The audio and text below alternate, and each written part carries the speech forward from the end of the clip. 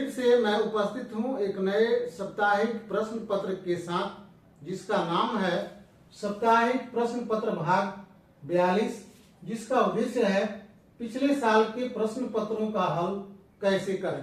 साप्ताहिक प्रश्न पत्र भाग 42 का हमारा पहला प्रश्न है, 1 जनवरी से प्रारंभ नया साल किस कैलेंडर पर आधारित है। जिसका ए ऑप्शन है इस्लामिक कैलेंडर, बी ऑप्शन है Vikram Samvat calendar, C option है ग्रेगोरियन कैलेंडर और डी ऑप्शन है नानक शाही कैलेंडर। तो इस प्रश्न का सही जवाब है ऑप्शन सी ग्रेगोरियन कैलेंडर, यानी 1 जनवरी से जो साल प्रारंभ होता है उस कैलेंडर का नाम ग्रेगोरियन कैलेंडर है। हमारा ए ऑप्शन है इस्लामिक कैलेंडर।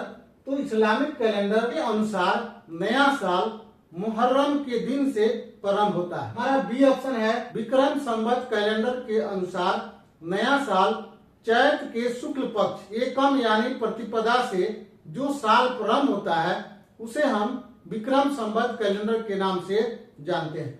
हमारा सी ऑप्शन है ग्रेगोरियन कैलेंडर। तो ग्रेगोरियन कैलेंडर नया साल 1 जनवरी से प्रारंभ होता है। और हमारा डी ऑप्शन है नानक शाही कैलेंडर। तो नानक शाही कैलेंडर के अनुसार नया साल बैसाख मास से प्रारंभ होता है। दूसरा प्रश्न है, पाकिस्तान देश की सीमा भारत के कितने राज्यों को स्पर्श करती है। जिसका ए ऑप्शन है 5 राज्य, बी ऑप्शन है 1 राज्य, सी ऑप्शन है 4 राज्य और डी ऑप्शन है उपयुक्त में कोई नहीं। तो इस प्रश्न का सही जवाब है ऑप्शन ए 5 राज्य, यानी पाकिस्तान देश की सीमा भारत के 5 राज्यों को स्पर्श करती है। जिसमें पहला राज्य गुजरात, दूसरा राज्य राजस्थान, तीसरा राज्य पंजाब, चौथा राज्य जम्मू कश्मीर और 5वां राज्य जो है लद्दाख, जो केंद्र शासित प्रदेश है। हमारा ऑप्शन बी है 1 राज्य को स्पर्श करने वाले जो देश जो है जिसका नाम है अफगानिस्तान, यानी अफगानिस्तान देश को भारत के 1 राज्य स्पर्श करता है जिसका नाम है लद्दाख। क्या नाम है? लद्दाख। जो हमारा सी ऑप्शन है 4 राज्य स्पर्श करते हैं। पहला राज्य अरुणाचल प्रदेश, दूसरा राज्य नागालैंड, तीसरा राज्य मिजोरम और चौथा राज्य मणिपुर। तो ये 4 राज्य जो हैं ये म्यांमार यानी बर्मा को स्पर्श करते हैं। बी ऑप्शन है उपयुक्त में कोई नहीं। तो ये ऑप्शन जो है वह क्या है? गलत है। तीसरा प्रश्न है, गुलजारीलाल नंदा भारत के कितने बार प्रधानमंत्री रहे थे। जिसका ए ऑप्शन है 1 बार, बी ऑप्शन है 2 बार, सी ऑप्शन है 3 बार और डी ऑप्शन है 4 बार। तो इस प्रश्न का सही जवाब है ऑप्शन बी, यानी 2 बार। गुलजारीलाल नंदा भारत के 2 बार कार्यवाहक प्रधानमंत्री रहे।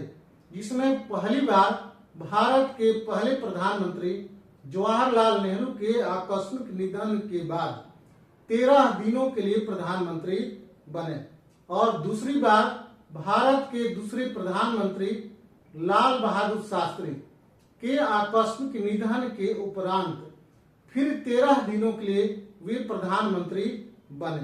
तो चौथा प्रश्न है, बिहार के किस मुख्यमंत्री के कार्यकाल में 3 बार राष्ट्रपति शासन लागू हुआ।